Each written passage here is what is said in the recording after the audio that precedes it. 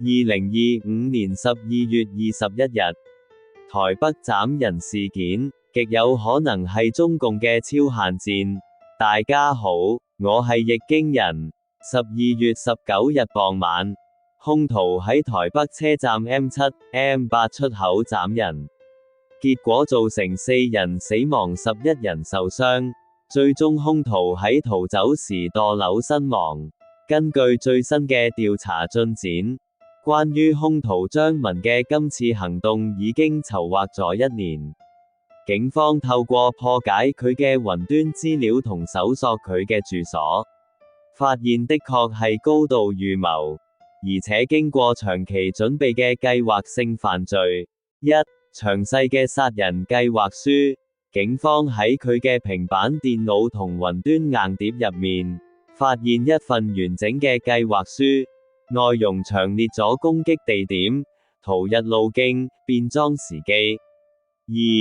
接近1年嘅時間嚟籌備物資，警方發現張文自2025年1月就開始喺台北市中正區租屋，並喺屋內囤積大量製造汽油彈嘅材料，53瓶汽油彈、5個汽油桶及17顆煙霧彈，顯示佢喺案發前1年已經開始喺台北揾據點同準備武器。3個月數位嘅足跡，根據瀏覽記錄，佢2025年10月開始密集搜尋特定場所嘅平面圖，甚至曾經假借拍聖誕燈飾嘅名義，向誠品南西店詢問可唔可以上頂樓，進行場地勘查。多次場地勘察，閉路電視拍到張文喺案發前3日，頻繁出沒台北車站、館前路及中山捷運站周邊，觀察人流同警方巡邏地點。5度變裝，為咗躲避追緝，佢喺作案過程中至少換咗5套衫，包括雨衣、米色外套、戰術背心等，亦試圖混入逃離嘅人群中。預謀縱火，案發當日下午，佢先喺林森北路一帶縱火燃燒車輛，隨後返回中正區放火，以此製造混亂，試圖分散警力。傳聞中嘅逃亡路線，有媒體指出，佢最後喺誠品南西店墮樓可能唔係為咗輕生，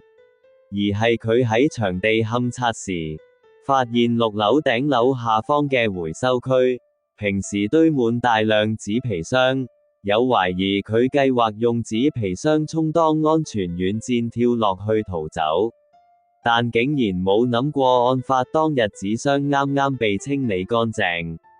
而並未察覺情況有變之下，跳落冇紙皮箱嘅硬地上，當場喪命，可能為咗唔俾民眾製造恐慌，所以而家警方已經將張文今次案件定性為隨機襲擊犯案。綜合咗目前多方資料同證據，個人懷疑呢次張文襲擊事件極有可能係中共嘅超限戰。疑點1，案發當晚中共媒體看看新聞嘅超前報導，有網友發現看看新聞喺18點35分就發佈咗張文墮樓身亡嘅影片，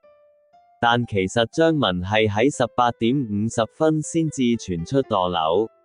呢26分鐘嘅時間差，引發外界質疑係咪有境外勢力早已寫好劇本。張文喺作案中展現咗極高嘅戰術執行力，包括5度變裝，利用煙霧彈遮蔽視線，以專業嘅雙刃牙籤刀及其殺傷手法乃穿刺，呢個同一般情緒失控嘅隨機殺人犯唔同，更似一個專人長期訓練嘅殺手。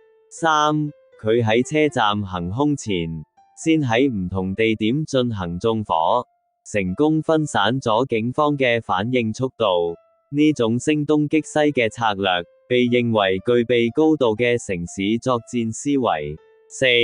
佢並冇留低遺書，即係代表佢根本冇諗過要自殺。5. 最為可疑嘅係張文逃走時跳落去嘅地點，原本長期堆放大量紙皮箱，但係喺佢行動之前紙皮箱突然被人移走咗。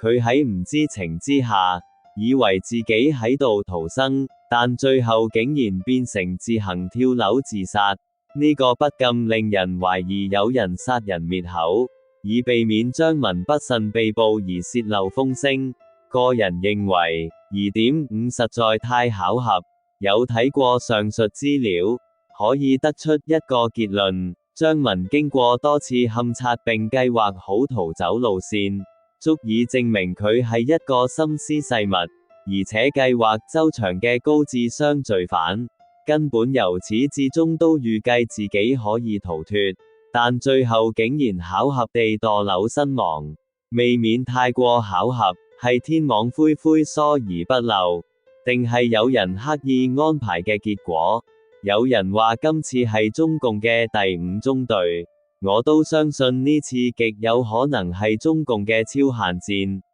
而家我最擔心嘅並唔係咁。我最擔心嘅今次只係預演，當下次中共入侵台灣之時，到時全部隱藏喺台灣嘅第5中隊就會現身，一齊喺台灣各大城市再嚟一次相同嘅行動。到時內憂外患同時出現，台灣可唔可以承受得到呢？其實時間並唔多，為保國家安全，賴清德政府必須坐言起行，喺國內建立好一個比之前更完備嘅情報機關，並將所有潛伏喺台灣國內嘅第5中隊完全清剿。到中共入侵台灣之時，台灣才有勝望。今次分享到呢度，我係易經人，多謝大家。